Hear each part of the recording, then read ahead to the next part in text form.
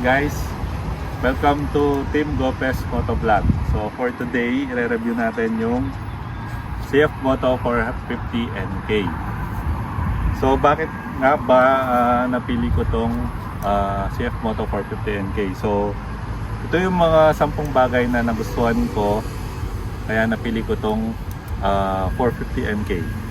So number 1, yung overall aesthetic niya. Diba kung makikita nyo, medyo modern yung design. Tinatawag nga siyang baby brother ng 800 NK. So napaka modern niya, kakaiba yung design. Diba kung makikita nyo, full LED na lahat yan. Parang payat version siya ng CF Moto 400 NK actually. Kasi mas magaan siya. Okay, pangalawa, yung quality parts. So kung makikita nyo, diba, ang ganda ng quality ng mga parts niya. For example, itong brake lever natin, diba, yung kulay niya, adjustable na siya. Yung kulay niya,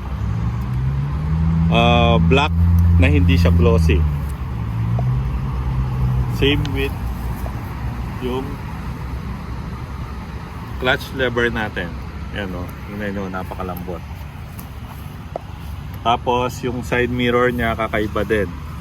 Actually kamukha siya ng sa 800 NK. Hindi siya yung typical na bakal lang dito, tapos yung design niya is yun, kakaiba siya. Madali siyang i-adjust. Tapos napakagandang tignan. Even yung mga switch, yung quality ng switch, kung pipindutin mo, yan, maganda din. Itong push start button nya, yan, pati yung hazard light. Hindi sila mukhang ano yan, yung mumurahin. Tapos pangatlo, yung engine. So yung engine nya, meron siyang 50 horsepower. Tapos yung torque nya, so umpisa pa lang, yung lakas na ng hatak. Diba, first gear, second gear, third gear, hanggang fourth gear. So yung arangkada nya medyo maganda. Okay. And yun nga, meron siya kasing 270 degree track shaft. So even yung tunog niya, mas maganda kumpara dun sa mga typical na parallel twin na na 2-cylinder na mga big bike. Okay, pang-apat na nagustuhan ko is yung safety features niya. So yung 450 NK meron na siyang siyempre standard na ABS, diba, anti-lock braking system. At saka ang nagustuhan ko din is meron na siyang traction control. Ayan, makikita nyo, nakailaw siya. Pero pag inon mo na yung motor, mawawala yung mga yan. And yung maganda rin sa traction control niya is pwede mo siyang i-off. So sa mga hindi nakakaalam kung ano yung traction control, yun yung parang safety features ng isang motor na kahit mapiga mo ng malakas yung throttle niya, hindi siya basta aarakata. Or yung likod na gulong mo, hindi siya basta slide sa daan. So isang magandang safety features na rin yun sa isang motor.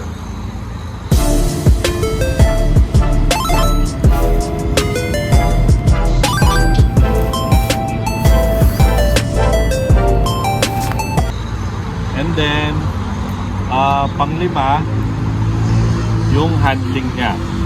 Kasi ito meron lang siyang 165 kilograms.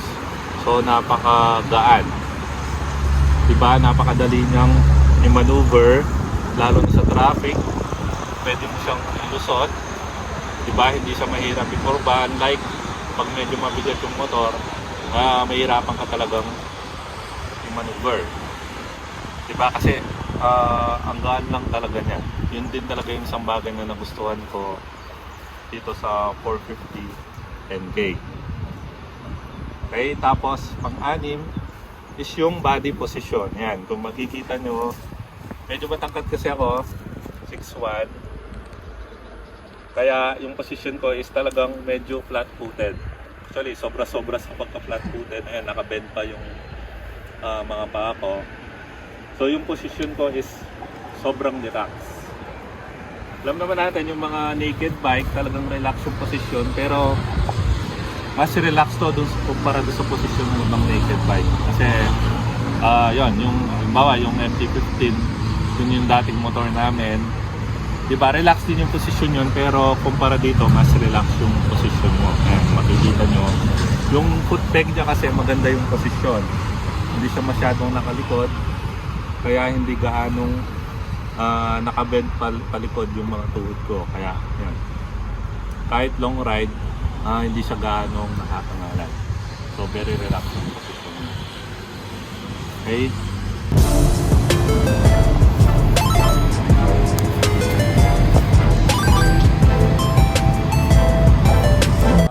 Pang-pito na nagustuhan ko is yung 270 degrees crankshaft ng engine.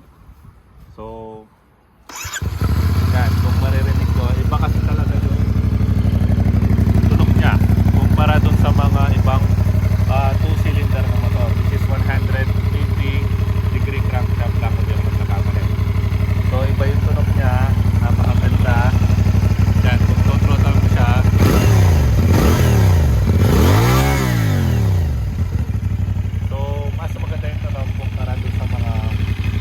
ibang big bike natin na okay. Pang-walo na nagustuhan ko is yung TFT display nya. Yan, kung makikita nyo, diba, napakaganda, very informative. Kahit tirik ang araw, gaya ngayon, kahit tirik ang araw, kitang kita mo yung mga information.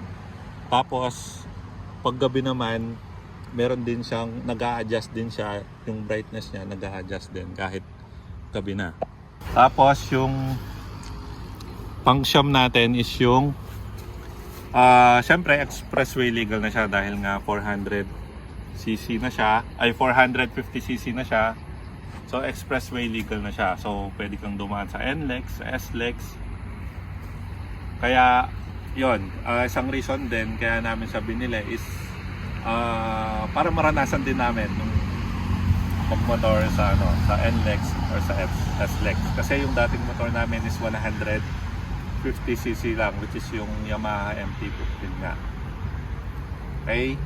Then overall, na nagustuhan ko sa motor is syempre yung presyo niya. Diba? Napakamura.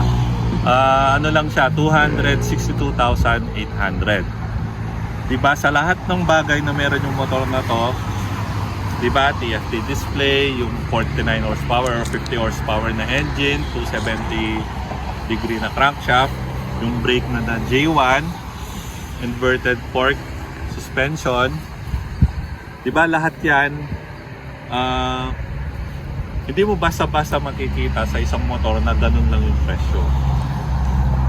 Diba, kaya nga sinasabi nila China bike lang yan, pero para sa akin kasi hanggat hindi mo nasusubukan, hindi mo rin kasi masasabi. Ang CF Moto medyo matagal na rin gumagawa ng motor.